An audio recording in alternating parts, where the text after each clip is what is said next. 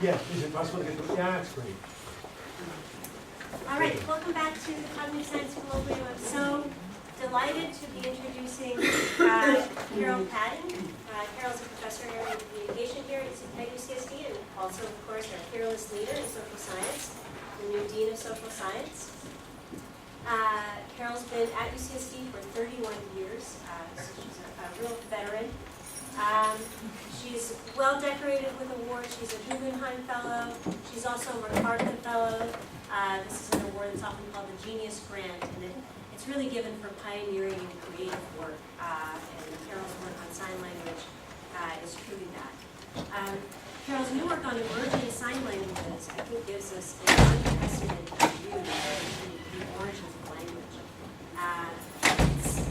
It's such a dream for anyone who's interested in language to try to understand how human languages start out and emerge and develop, and the fact that there are emerging sign languages around the world, and we have folks like Carol studying them, is giving us that magical window into the process of our language being born. So with that, I'm going to give you Carol Padden.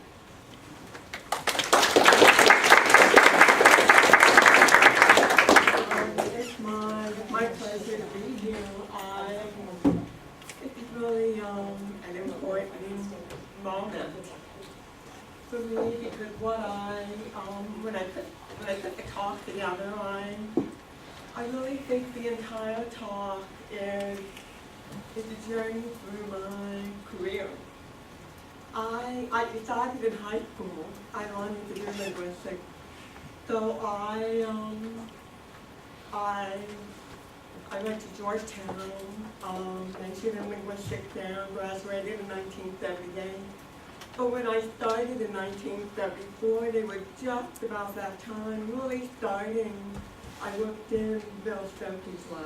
He's considered the father of sign language linguistics. He published a book in 1965 analyzing sign language by its formational properties. I worked with him the whole time that I was at Georgetown. And I think the idea that we had at that time about, how do you begin to do work on this new object we call sign language? How, which way do you go? Up, down, left, right? What do you start with? So in this talk is a map of some of the ideas that I started with in my career. And then about 12 years ago, I went out and started working on small sign languages. Most of my career has been with American Sign Language and European Sign Languages, but I started working on much smaller, much younger sign languages about 12 years ago, and it really upended some of my ideas and the way that I thought about sign languages. But it really is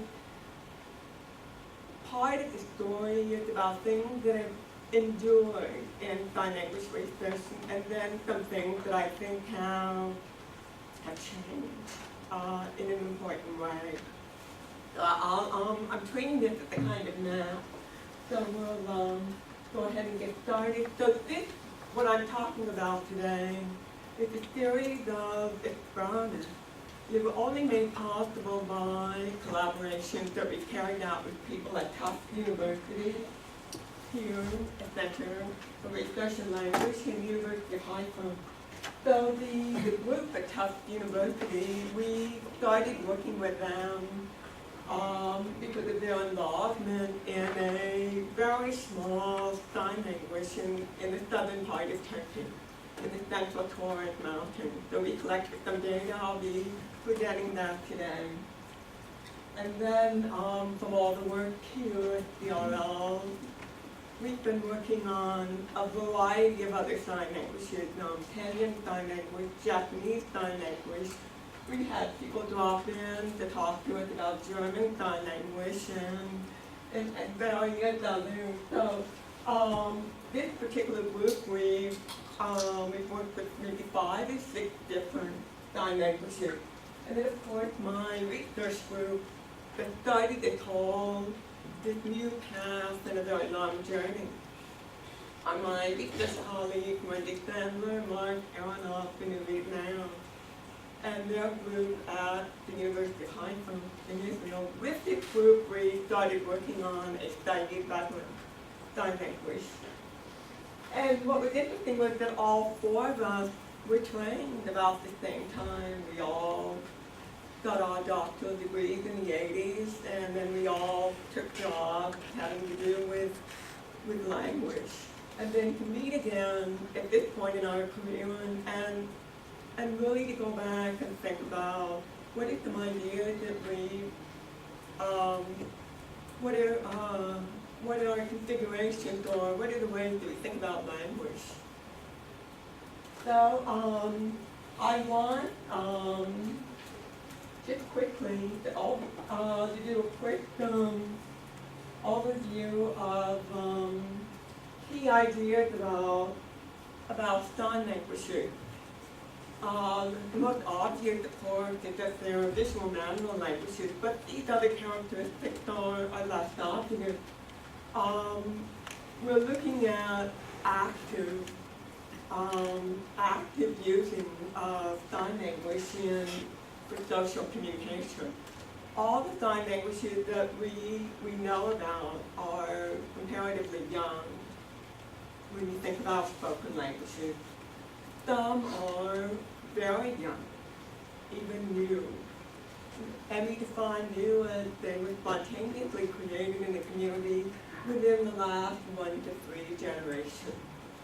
Other sign languages like Spanish sign language, you can find reference to signers and something about them using a mute language dating back maybe 300 years. ASL, we date to about 200.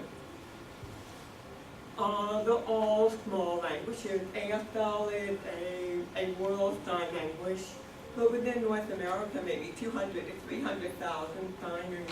And then the Central Torres sign language was shy, what was that data about? There are like maybe 12 deaf signers in one village, maybe 13 in another, maybe 15. We're not sure of the exact scope of the sign language, but some of them are quite small. Now, for all of them, the conditions for creation are different. You'll understand why I'm giving you a little bit of this background here. American Sign Language dates to the first schools for deaf children founded in America. There are records of sign languages before that. But this is where we think signers from different parts of New England came together to create what we consider to be the basis for American Sign Language today. The 2 new sign languages I'm describing are both village sign languages. They come from societies that are closed, not necessarily remote, but they're closed because of ethnicity. Central Torres is geographically difficult to get to, but a study Bedouin Sign Language is really 20 minutes from a major city in Israel. But there is an insular community where they marry close relatives in the same community. Now, we think of sign languages, think by definition they should be iconic systems, but there's at least one example of a sign language that's not. And this is from Adam Padden's description of widow. Widows, women who lose their husbands, go into a period of silence when they communicate with other women and other members of the community using a sign language. Padden sees it as more a gesture for each morpheme of the spoken language. So it's based more on Walpurgis rather than some iconic system, but generally all the sign languages I'm talking about today are iconic. There's lots of other ways that you might gesture. But community-type languages created spontaneously, used by children, seem to be more iconic systems. The ones used by adults involuntary things have been just some sort of a manual representation of the existing morphology, spoken language morphology.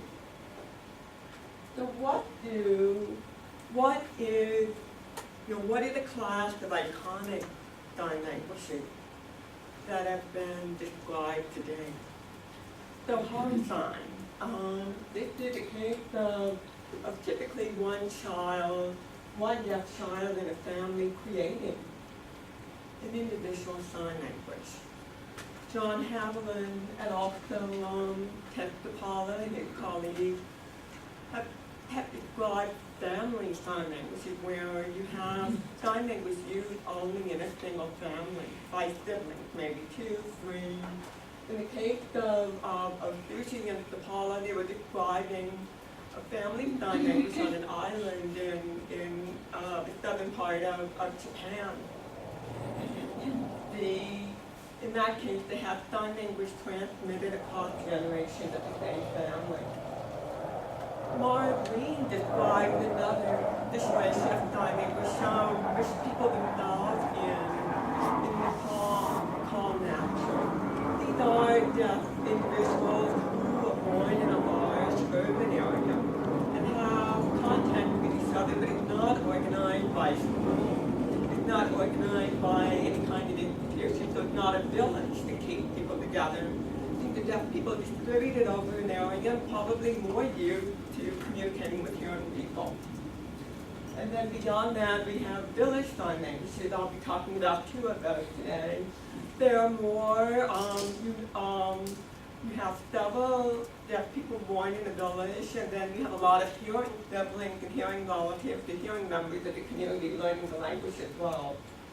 Our new urban sign languages like Nicaragua, they founded a new school for deaf children in Managua. They brought deaf children from all over Nicaragua, in a sense recreating some of what happened here 200 plus years ago. Then there are established sign languages like ASL, Japanese Sign Language, Brazilian Sign Language. These are national languages. They often have some sort of a sign language teaching program. They're institutionalized in some way. And then finally, there's a pidgin, a sign language pidgin. The signers who know different sign languages use when they meet. It draws a lot from the cultural iconography of the region. So Europe and North America have similar ways of referring to objects, but a pidgin is actually a surprisingly effective form of communication used for deaf associations, international associations that have meetings. Okay, so moving along, here's the question that I want to address today, and the question that I'll be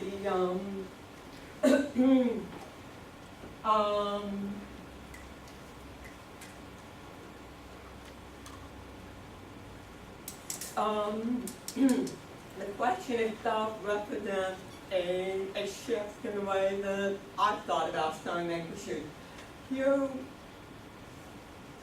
we're looking at young sign languages and evidence of complexity over a relatively short period of time, between 1 to 3 generations. How do these languages, we know from working in the field that people understand each other, how much they do, how consistently we have different measures of that. But you see deaf people, hearing people participating in shared activities, communicating about that activity.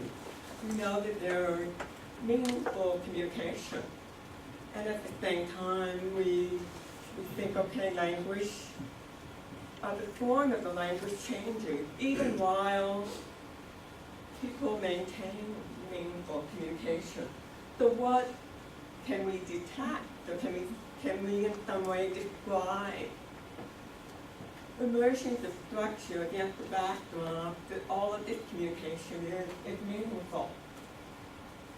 So grammatical complexity, for the first part of my career, we were very focused on trying to identify underlying grammatical structure that sign languages might have, basic complex sentence type, do they have WH movement, do they have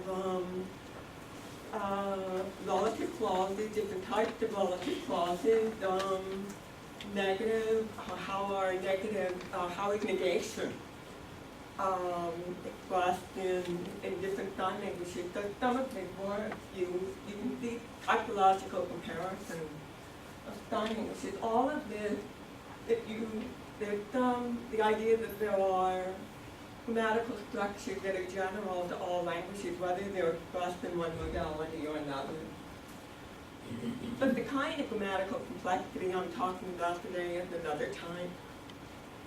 This one, you think about grammatical complexity that emerges from communicative resources.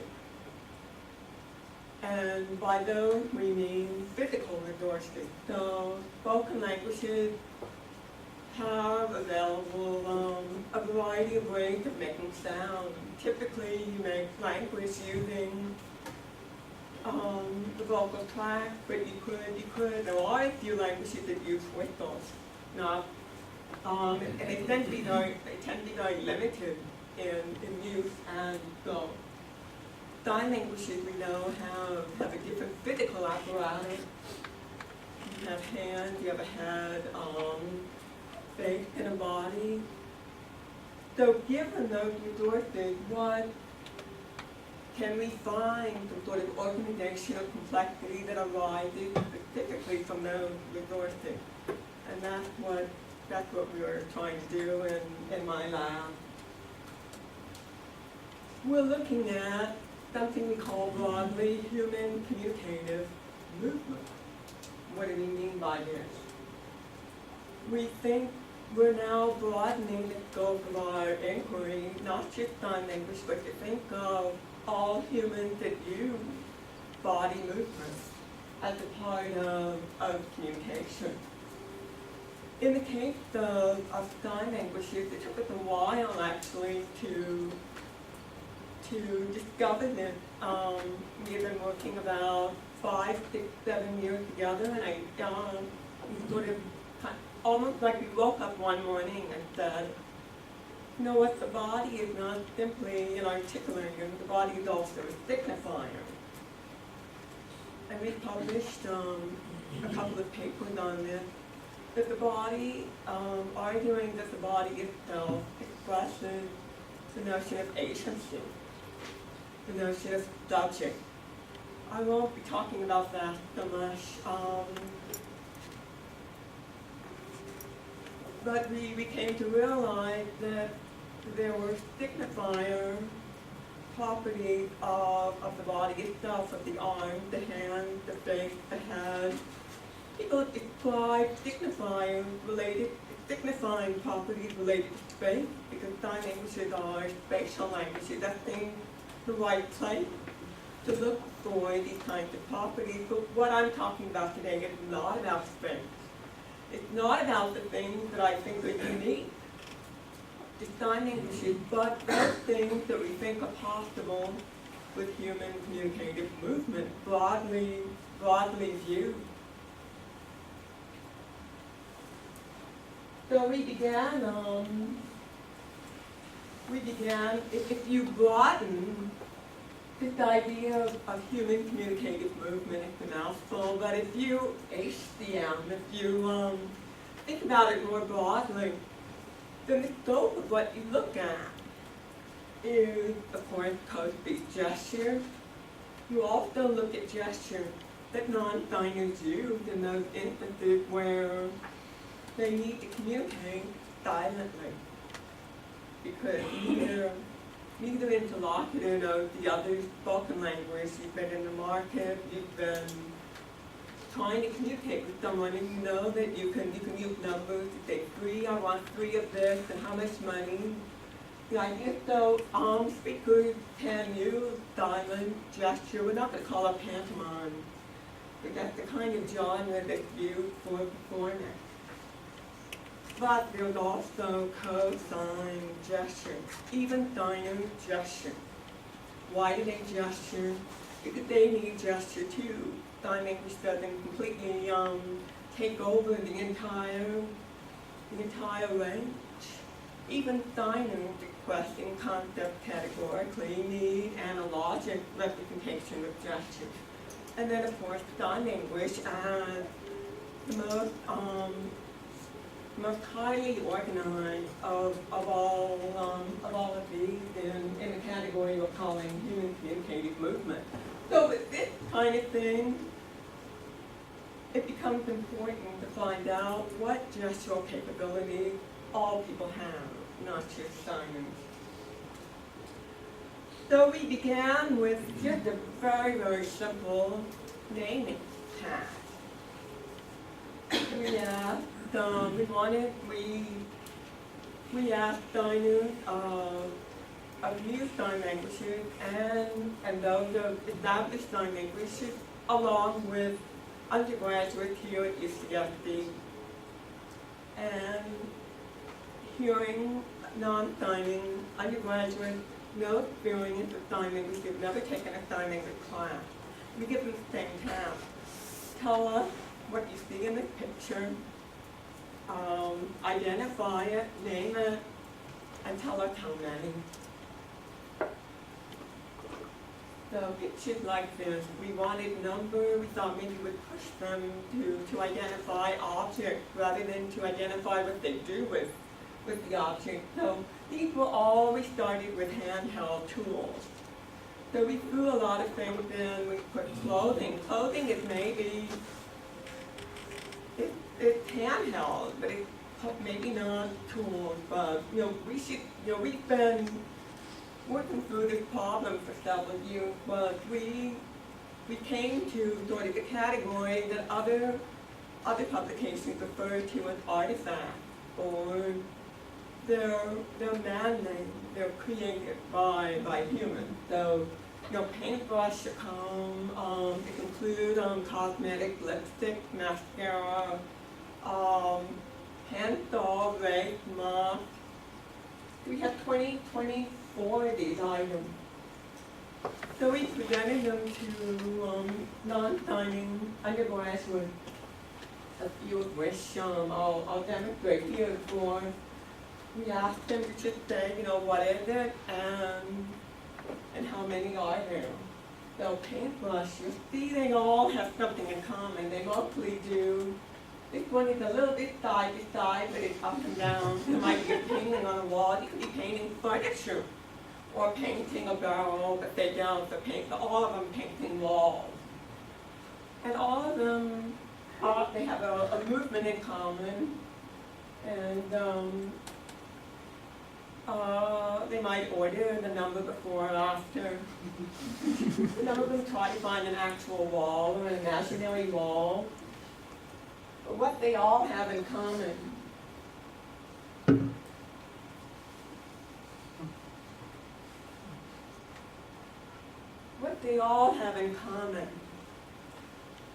is you can look at each one and say they're images, they represent in some way the body movement.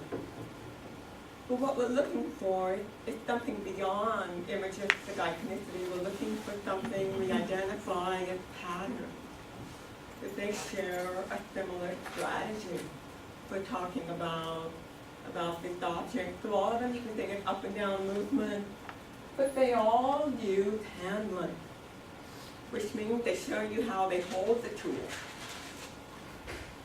Here's an example of the handling strategy. So we started to code across hearing non-signing gestures and signing the different sign languages. We simply wrote down the code. So we recoded for a list of different things. Today I'm just going to be talking about 3 of the most popular strategies for the objects that we're discussing. This idea of holding. How do you hold a paintbrush? How do you hold a comb? How do you hold lipstick? How do you hold mascara? A hammer? And so on. But sometimes we saw, this is what's called in the child language literature body-parted object. If we call increment, the hand shows the shape of the object while also doing the movement.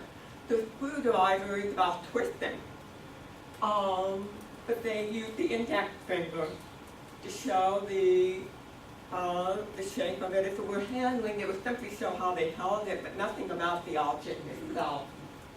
These are all ADSL signers from different families. Then we have a third option, which is to show the shape of the object, but you don't include human movement. So this one is pants. It's simply to show the shape of it, the shape of pants, not how you hold them, when you put them on. It's not something about what the shape of them would be. And then also, finally, the fourth strategy is simply to trace the object in air. So here he got actually two strategies. First, he shaped it, and then he shows how you handle a cone, the hearing gesture. So what we find is a sort of systematic across signers and gestures. The individual signs might be different, but they share a pattern. You can discern a general pattern following one of those four strategies of handling, intimate object, tracing. We have a few other types that are very, very small. Handling, intimate, and object are the most popular of the set of tools. And they correspond to something about the category. So here's an example of cones. These are all signers from the same village. There's 3,000 people living in the village, about 120 deaf people. These are deaf people coming from different families. You see that they have different handshakes for cones. Some of them use to refer to the time, some refer to the general shape, whether it's narrow or maybe a little bit broader. But all of them use the same strategy, which is the instrument strategy. They don't use the handling.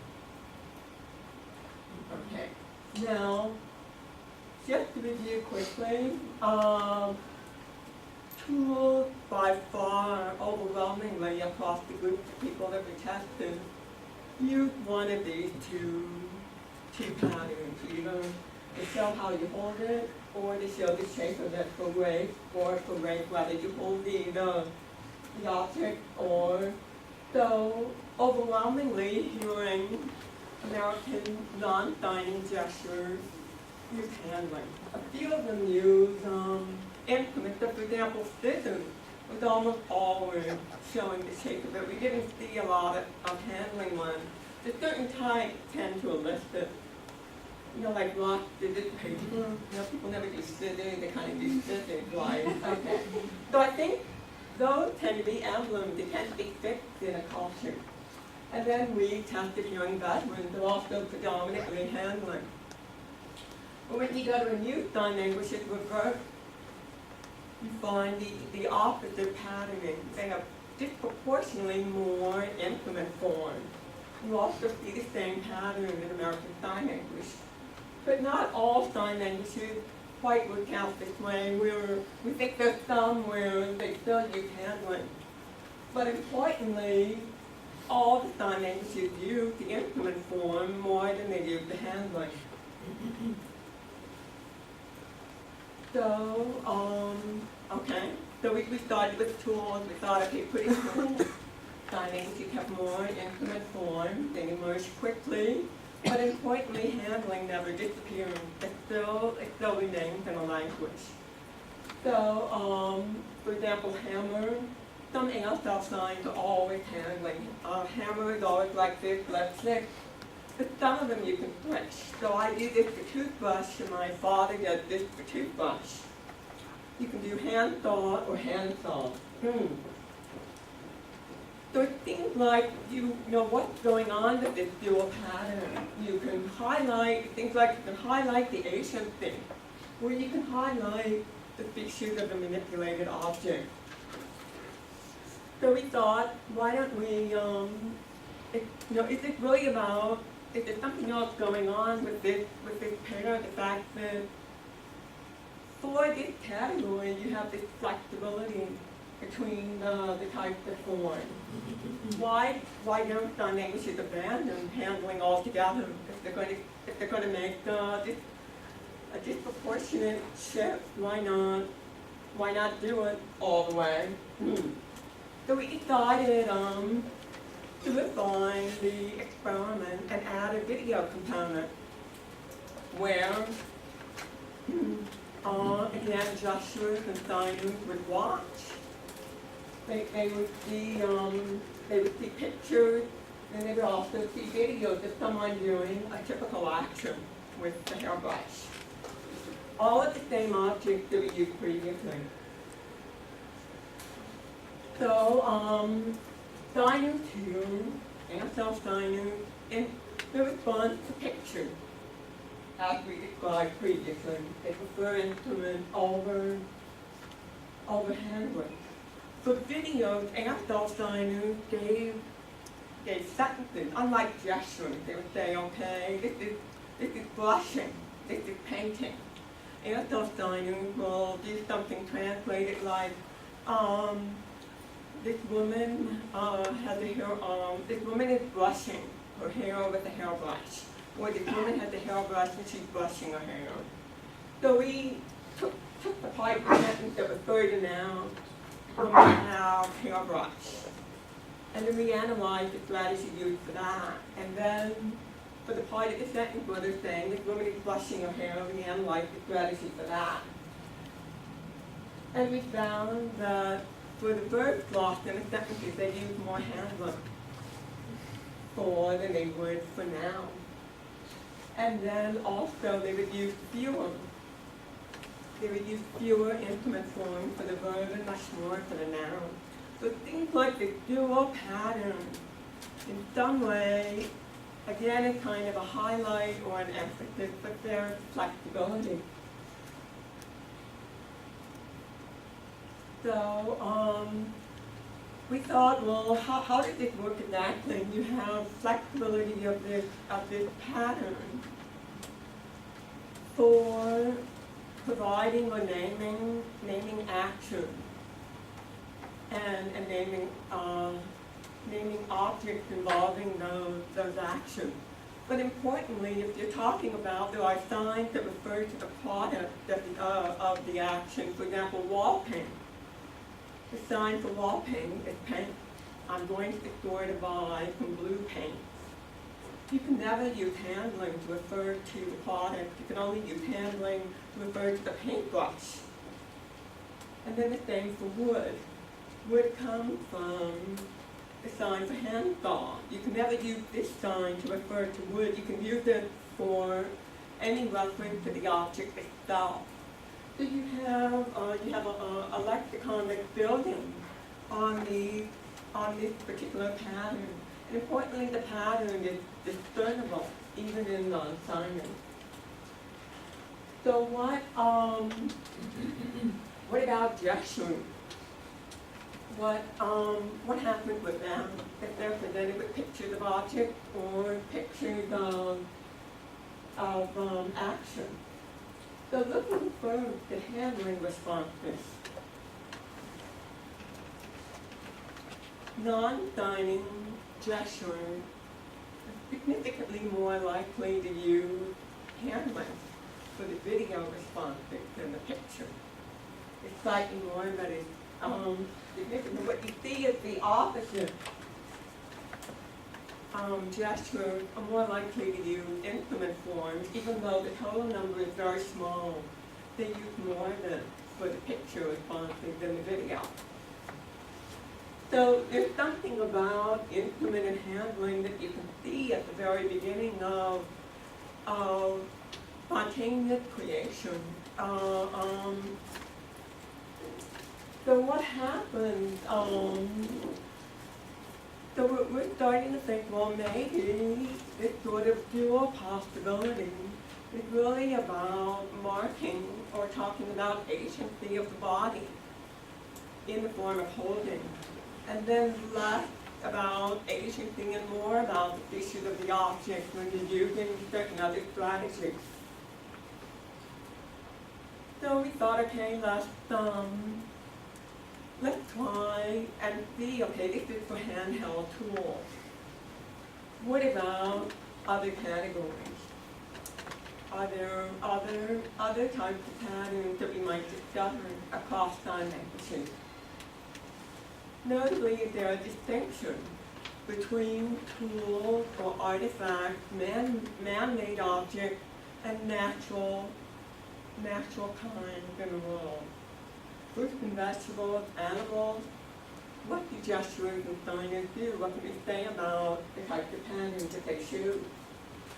So we developed another naming task involving pictures and presented to group designers and gestures, each time randomized. So we had gestures, American gestures. We had signers from Central Taurus sign language. Okay, Central Taurus sign language. We had Japanese signers and American sign language. So we had two established, older, large sign languages with usage in hundreds of thousands. And then CTSL new, maybe 2 generations, probably not more. And then again, non-signing gestures. So for these categories, for hand, for tools, for natural kind, and then for animals, when do they use the handling instrument pattern? If they use either one of them, they use it in very high proportion, all of them, for tools. For fruits and vegetables, you'll see that they also use this particular, for example, you might, gestures might tell you an orange is peeling, or holding a knife or dicing it. They tell you how the food is prepared to help identify what the object is. And much less for animals, but sometimes holding the rein for a horse, or in the case of the family sign language that John Haviland is working with in Chiapas, Mexico, the sign for chicken. It's not the rings or the beak or the comb, but what you do with it, how you prepare a chicken for eating. So we would call that handling. So there are actually a few, but you can see that there are differences across categories with respect to this strategy. Importantly, note that for established sign languages, there's a very sharp dampening differentiation of fruits and vegetables from tools. The fruits and vegetables in sign languages, some of them involve, like banana, is really handling. But a pineapple is actually the object that you can see through the hole in a pineapple. That's the sign for pineapple. So we would classify that. It's showing the object, but not what kind of movement goes with it. What about for animals? We find a different kind of strategy for animals we use for sonification. It's using the body of the gesture, the signer, as a map for the body, particularly of mammals. Less so for snakes and bugs, they tend to be off the body, but mammals tend to be on the body. So did we find handling and instruments? No. Did we find fruits and vegetables using the sonification? No. And then with animals, yes, disproportion. When you think about it, you really don't have a hammer. You could do this for a hammer. Or you could like imagine that you could. And in fact, there are some very amusing performances by deaf signers in which a golf ball becomes the head becomes the head and then put on a tee. But that's only really for performance. If you're talking about signing, you don't see those kinds. Or if you think about personification for fruit, you can imagine maybe the body of a banana and you're stripping it. That's the kind you almost never see. In fact, we don't see it at all. We see the personification for that particular time. So for fruit and vegetables, the signer's hand shows the shape and dimension, but no human movement.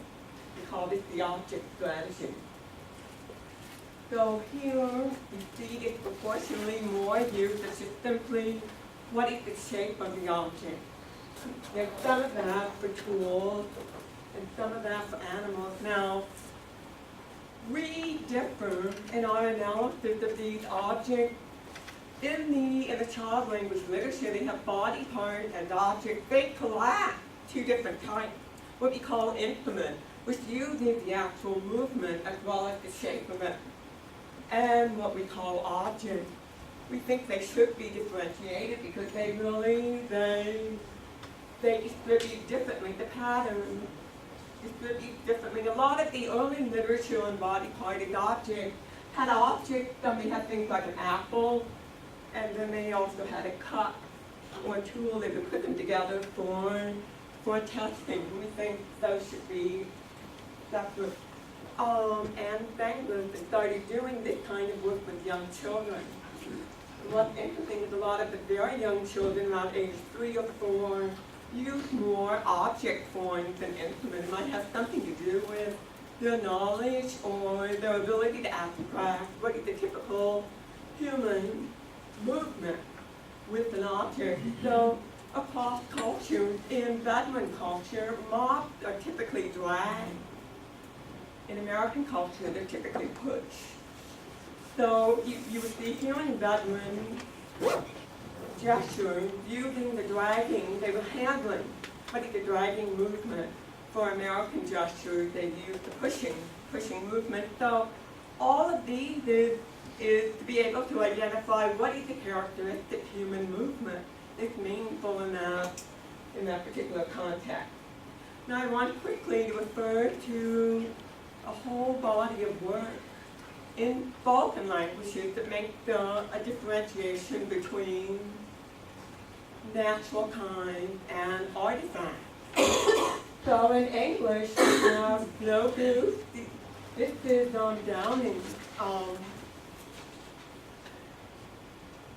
Downing's work from 1977 looking at English compounds. That compounds for animals, the natural kind, typically has something about its appearance, its colors. There's no view refers to the coloring. But if you're referring to an artifact, you refer to what it's made of, or what its purpose is, or what its function is. You can think of handling as really what is the function of this object. And then fruits and vegetables are not of the body, they're of the natural world. And the way to signify that separation is simply to show it without human movement. So a lot of the fruits and vegetables that you're looking at are all domesticated. We're thinking about looking at things like rocks and glass, that type of thing, to see if you would be less likely. I mean, you could think of all the signs the trees refer to the trunk, or they refer to the bough, but almost none of them have holding the tree or hugging it as a sign. Okay. So what we find, I'm going to wrap this up quickly, but fundamentally what we're arguing for here, the early literature almost exclusively looked at what we call imagistic iconicity. Does this particular sign look like the object it is naming? We're looking at patterned iconicity, less about the individual sign and more about the category. We find that iconicity persists over time.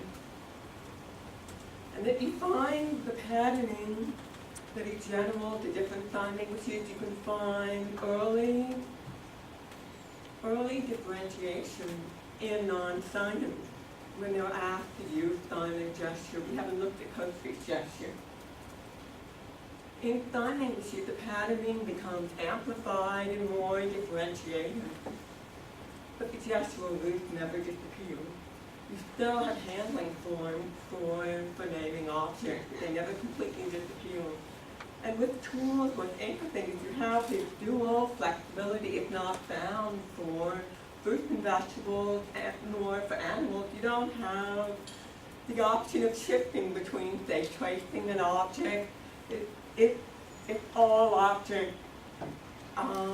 They don't have that interesting variation that seems to be specific to tools. And designers do gesture too. What I'm arguing for is this view of thinking about sign language. Think about it in a broader category. Think about languages, all languages as multimodal. And it's not sort of a simple concept, but a deep one. You think of languages built up with available bodily resources. Not to think about modality effect on some underlying, some abstract structure, but the structure itself. This is what we mean by co-emergence of meaning and structure. The structure itself emerges from meaningful property in making the lexicon over time. You see differentiation among types, but the material that is used to use for naming is drawn from more broad human gestural resources. So to conclude, what we do in our lab is we're thinking about grammatical properties, but we want to think about grammatical properties that arise directly out of the form, along with the form, rather than we have a lot of literature about abstract structures, WH questions, negatives. Here, we're seeing something that you can detect with sign language, but it's not about space. It's not about the thing that seems most compelling about sign language. It's another part. It's about the body itself. It's not simply a vessel, not simply holding up arms and hands and the head, but the body itself is part of both the structure and the meaning. So in our lab, we're looking at two forces in language immersion. One is the effect of time. What are the networks of learners across generations? So ABSL is an insular community of about 3,000 veterans, of which 120 are deaf. But the family size is large, so there are a lot of hearing signers that are very skilled. Families often can have from 8 to 12 children. So a deaf child will have age mates, hearing age mates that he or she grows up with. And those age mates use the sign language. So we see in this particular village many hearing signers. In Central Torrance, the families are smaller, the language is spread out over a much larger region. They're separate small villages of maybe 500 people and 12 people living in one, 600 in another, and 13 deaf people. So the percent of deaf people is the same, but the network of language transmission is different.